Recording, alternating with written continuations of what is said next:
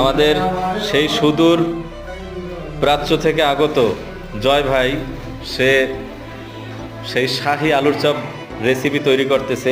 আলুর চপের ভিতরে রয়েছে, এর ভিতরে রয়েছে পুদিনা পাতা এবং পেঁয়াজ, লাল লাল টুকটুকে মরিচ। টুকটুকে মরিচ।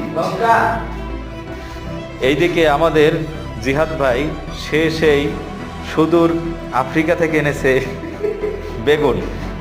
সেই বেগুন দিয়ে সে পিঠার মতো করে ভাজতেছে সুন্দর সুন্দর বেগুনি, বেগুনের চপ।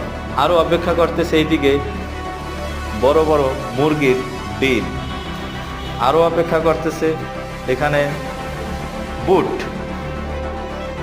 এইদিকে আমরা দেখতে পাই সে সুন্দর সুন্দর বেগুনি ভেজে ভেজে রেখে দিয়েছে, সাথে আমরা দেখতে পাচ্ছি খেজুর আছে।